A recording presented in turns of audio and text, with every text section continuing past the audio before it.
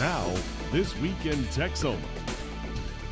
Welcome to the program. One sure sign that the end of the year is coming. You see Santa Claus at the mall, and you see David Hale and Stephen Robertson on this set with me, because they come along at this time every year and share their wisdom on the stories that made news in the past year. David Hale is the managing editor at the Lawton Constitution. Stephen Robertson is the assistant managing editor and also the business editor for the newspaper. And guys, appreciate you taking the time. Sure. We converse throughout the year, but this is our formal huddle that we get to Right. kind of trade some stories here at this point. And so I'm glad we're getting a chance to do it one more time. We don't really have a top 10, and so you're not going to see a lot of Letterman-esque animation rolling up and unveiling the story of the year, because there were quite a few. And I guess it's kind of a stylistic change that both of us have kind of made over the years. We used to kind of rank them, and now talk a little bit about over the last few years how you guys have kind of changed how you do your year-end edition. We just kind of wrap up the top stories each month that we thought were important, and we print those all each on the last Sunday of the year. And you guys have kind of editorial meetings throughout the year to kind of decide, or do you kind of wait and, like most of us do, procrastinate on your shopping? Yeah, we and procrastinate. put the list together we late? converted to a chronology. We will do a top story, which we'll talk about later. But, Right. But that will be in the January 3rd edition. We'll run our chronology and our top story. And so let's go ahead and get into some of the stories that made news. As we were talking about it when I was compiling my list, and we shared notes a little bit before our taping, we easily knew what the number one story was going to be. There was just kind of a mishmash of other stories that kind of bubbled to the surface, but really not that much. So we'll go through those here in a second. Number one story, if you ask anybody out there what was the big story of the year, and they're going to tell you it was the drought followed by the rain that absolutely ended everything. Just to take us back to that time zone. Well, back in early April, we were considering having to go to a yet more restrictive water usage. Talking about, in fact, the city council had redrafted the categories because we knew we were going to end up in the worst one. So we were a few weeks probably away from 1 day a week watering. And then the heavens opened. Yeah, and it was one of those things, and it wasn't just us.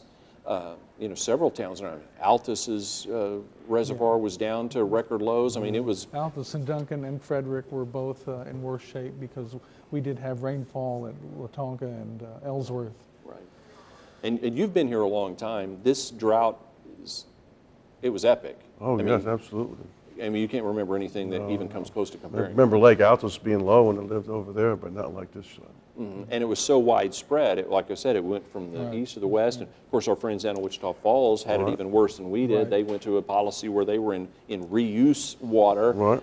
And that was something that the city of Lawton even, considered for a while. We had meetings with the folks from Wichita Falls who came up here and talked with us out at the Votech School and talked about how they sold their program to the people and how important that was, as they were in such worse shape than we were.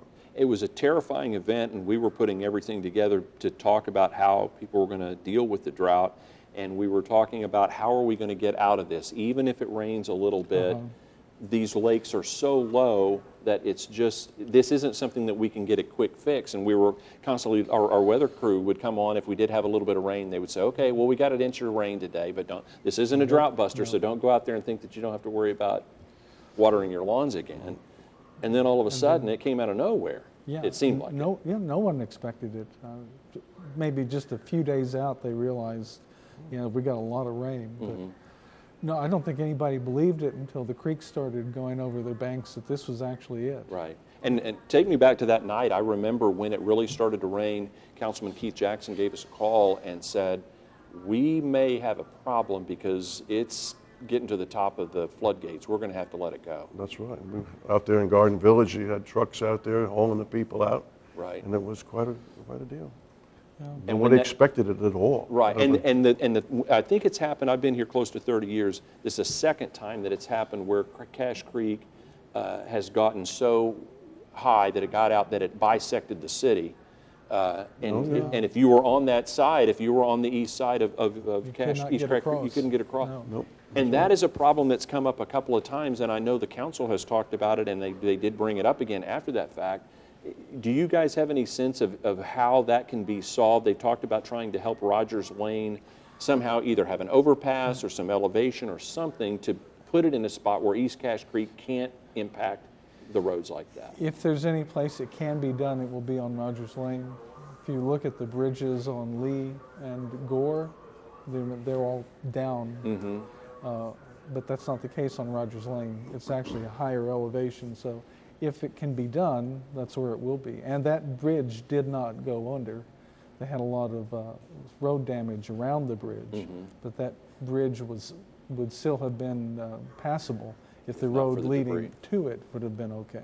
Is a higher bridge really the only thing that can be done? I mean, I'm kind of thinking, I'm looking a little bit at the Waurika water project in terms of how they're getting that silt out of the way to increase the water capacity. My question is there a way to do that in a section of East Cache Creek where you could make the creek deeper or wider or somehow so that there would be an area where it could pool a little better in that zone? Well, no? That's probably for a hydrologist to Right. answer instead of me. But the truth is, when you get 15 inches of rain in Cache Creek, there's just not a lot you can do about it. Right. And to go in and retrofit those bridges to bring them up would be extremely expensive. We were fortunate that we didn't have a tragic amount of loss of life. I think we did have one young man who passed away, who was swept away in the waters down near Geronimo. And one on Fort Sill. Yes, and one on Fort Sill through a high water crossing. But the damage to property, especially in Cache on the opposite side, was quite significant. Yes, it was. Probably the worst around here. I don't think I've ever seen that happen in Cache before. Right. Well, yes, the flood of '83. I remember that one. It was similar.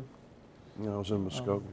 It was quite intense because I remember they were out there trying to rescue people from their homes in Cache, and that was really kind of an unexpected thing to see it on that side. I'd never seen that. It was only on East Cache Creek. One of the other big stories involved the Lawton Public School District, Freedom Elementary School, that had been under construction for some time, finally opened up, and that was really something that was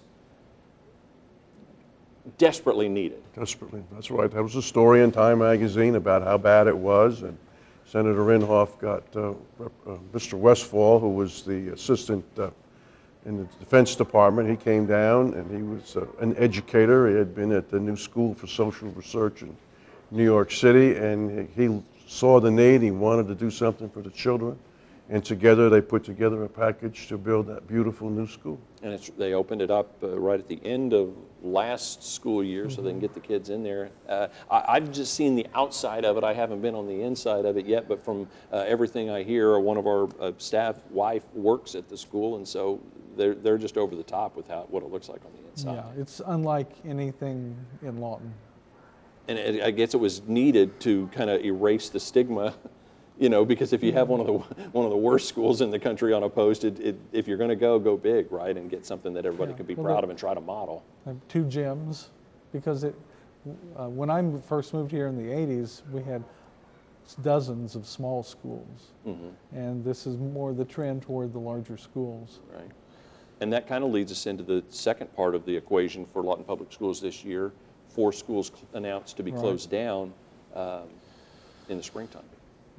Yeah, 4 elementary schools were closed, did not reopen this fall, mostly declining enrollment, especially these were all in older areas of town where there has not been growth, not as many children. And I think LPS was looking at down the road, what can we do to cut the budget, because we know bad things are going to happen, and they surely are. Right, and we'll be hearing a lot more about that over the next several weeks and months as the legislature just recently been realizing that they're going to have about a $900 million shortfall to handle, and so there's going to be mid-year budget cuts at the State Department of Education. We'll probably be trying to figure out what to do, and they'll pass that down to school districts to figure it out as well. When we talk about all those schools and closing down, I really struggle with how school districts, not just in Lawton, but across it, are going to be able to deal with that, closing schools down, but then having to build a larger school or in addition to someplace else to accommodate that.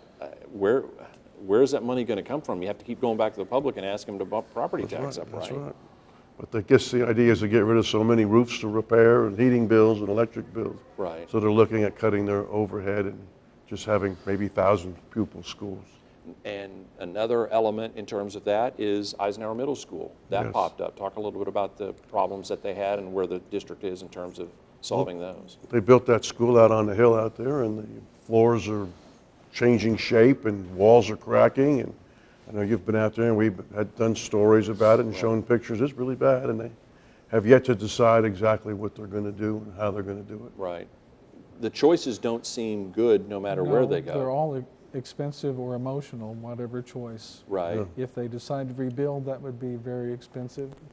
Should they decide to close it, that would not be popular on the west side. Maybe you could use part of the building, take some of the students somewhere else. So they need to look at all the options. And they are looking at it, as we've reported and as the Constitution has reported, there's nothing inherently structurally unsafe with the building, so it's not like the people there are in danger of the ceiling falling in or walls falling on people or anything like that, but it's a problem that's not going to go away. No, it will just get worse. And so we have parts of the building that are not usable right now. So It's very energy inefficient because all the heat escapes Right. out of the building because of the way it's falling down. What do you get any sense at all of what the public will might be? And this is kind of a dicey thing because the school board is the one that's going to make this decision probably on what's going to happen. They would have to come to the public if they're going to have to pay for it.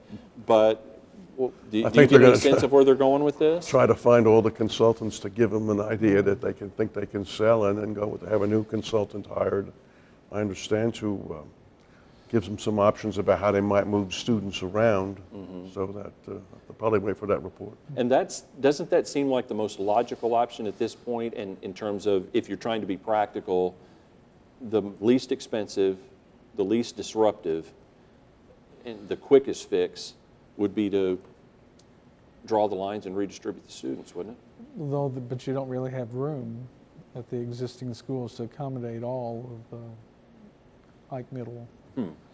They may have to rent again like they did at the Baptist church there on West Gore that time when they had the school. They needed space. So that's a decision that we'll hear about, I'm sure, over the next Yeah, several I'm weeks. sure Like some David said, meetings will be the coming up. consultants have come up, and that process has been going on for some time. But again, they kind of just, it seems like every consultant report I get and read kind of reinforces the same problem that they've had all along. You've got problems with the building. Your option is tear it down, build a new one. I think the object now is to try to build a consensus for whatever action is going to be taken. Right. One story that really was generated a lot of noise.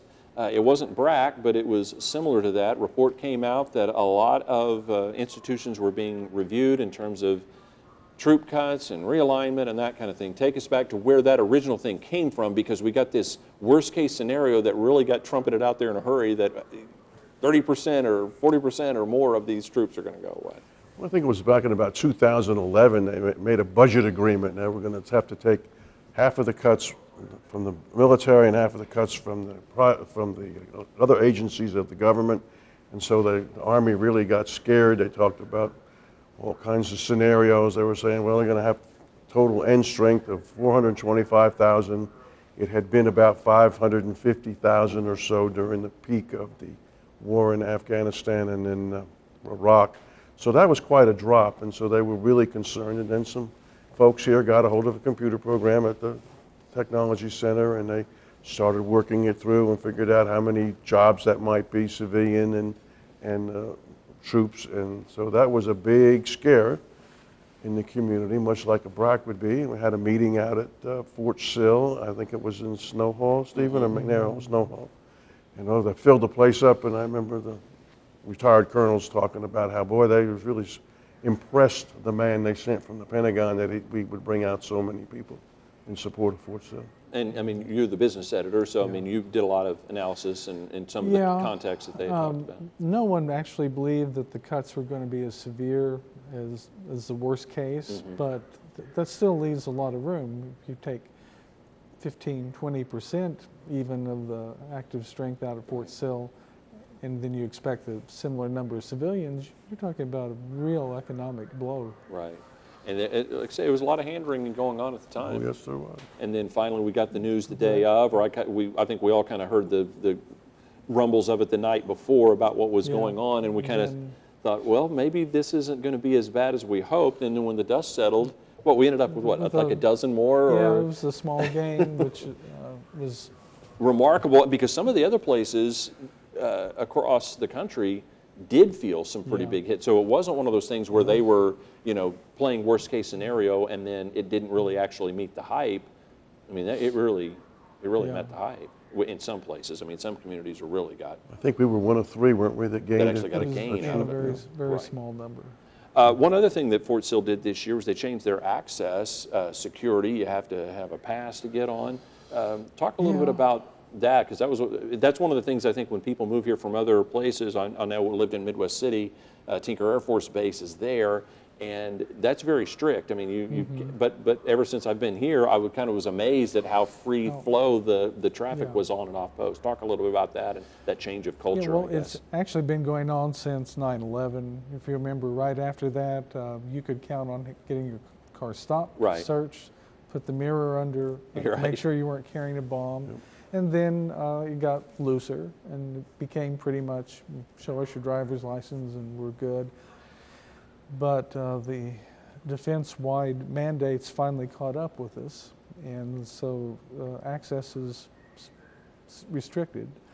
You can still get on post, you can stop and get a card or get a pass. I think it has reduced kind of the flow between Fort Sill and Lawton, because some people just don't want to go through the hassle. Right. Let's talk a little bit about what's going on with the city. There were a lot of things that kind of impacted this year.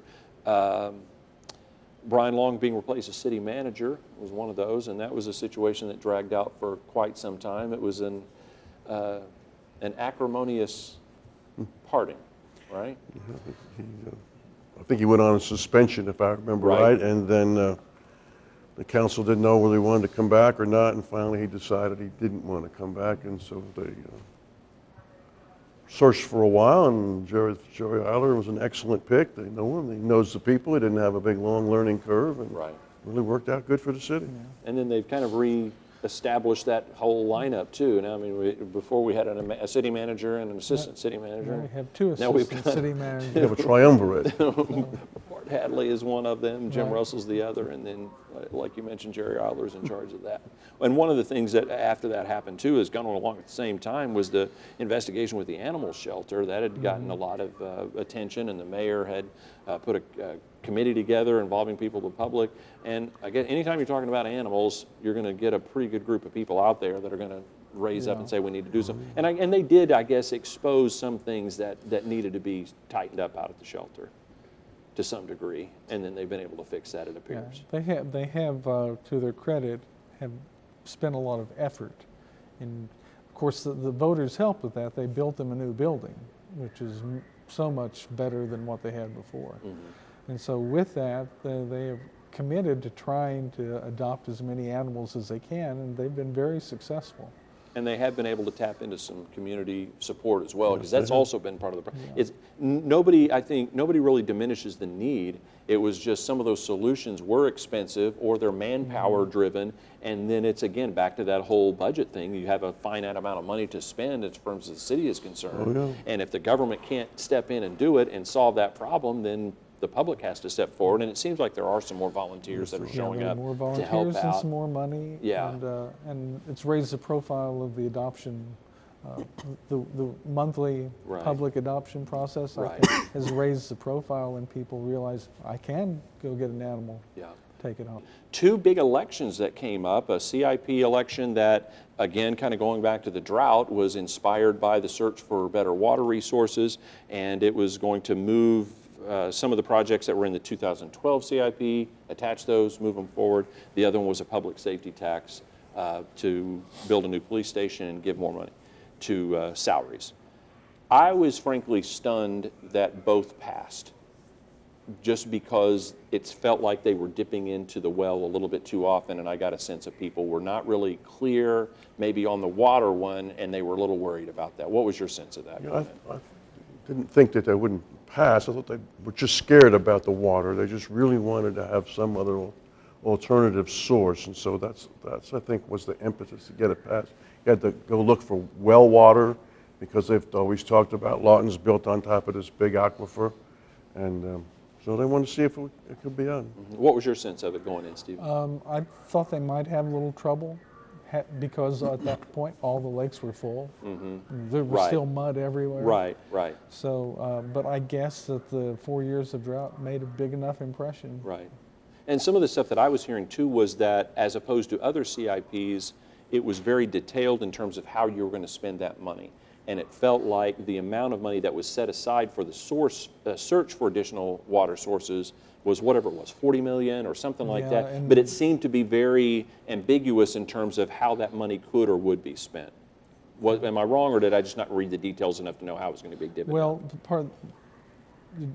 there are some things that you will not know until you do the test wells. Right. You may find that there's not worth spending the money to do a single well, or you may find that you want to draw 5 of them or 10. And because there are no regulations now on water reuse, the kind that Lawton would like, you really don't know the final cost of that project. And there are so many variables about how you do water reuse. There are at least 3 main options that they're looking at. They all have different costs, and they all will require a lot of engineering to determine the cost. And I think people were hoping that maybe if the idea was that, and we don't know what it is, that money gets sequestered into the water resources war chest, or instead of the rainy day fund, the not raining day fund, so that it doesn't get chipped away at other resources. I don't think that it'll be spent elsewhere, but I think this community's water needs are such that you could spend that and that again, and probably more than that before you felt really secure. Well, I think the officials from the wastewater and the water treatment plant had said something on the line of, upwards of 100 or 150 million to do something of like a water reuse system on line with what Wichita Falls was doing. So is that kind of, or even higher maybe? What? So that's something that's down the road, but at least it's a step in the right direction. The other election was the public safety tax. And they also called it a CIP, but the majority of that was driven toward building a new police station and increasing salaries for police officers. And I think that was inspired by the fact that people kind of felt like crime was starting to get out of control, and that got a lot of support in a hurry, didn't it? Yeah. What was your sense of that coming in? I was a little surprised again. And we've yet to see a lot of that come to fruition. Right, and that's what I keep hearing is the only thing they've done is torn down Gilley City Hall and hauled it to the dump. That's the only thing that they've accomplished. Right. They gave us the impression they were going to build a new city hall and the police station and the fire station right there where Gilley City Hall is, but now they're talking about Gore and Railroad Street, and that's a long way from the service area. So there's still a lot of people not real happy about that idea. And I also know that the police union wasn't real happy with the idea of how they were going to allocate salaries. It seems like every year there's a fight with the police union over getting a new contract and that kind of thing. And this one dragged on for quite some time too. What's your sense about how that, because it seemed like, hey, this is where we're going to do. We're going to spend money. Why is the negotiations taking so long if you've set aside a lot of money to pay for higher salaries? Well, the big fight was about, originally they just wanted to pay the lower grade officers more. But then the higher grade officers said, hey, that's not going to work because we want that because that makes our pensions bigger. Right. And so that's what the big fight was about. And then it came down to, okay, take it to the people if you want, but when the people find out some of the salaries you guys make, you may not win that election. Right. So that was an arbitration election, but that never did happen. They got that sealed, but they did it just, after the nick of time, if you want to say it, because this was only a one-year deal, so they've got to start work probably in the next couple of months for the next contract that will come up in July, right, less than a year away. We need to wrap things up. We appreciate you taking the time to visit with us. Your issue comes out on January 3rd. Make sure you check that out. Thanks for joining us, folks. We'll see you next time. If you have a topic or issue you'd like us to focus on, please write to the address on your screen or fax us at 357-3811. Or you can email us.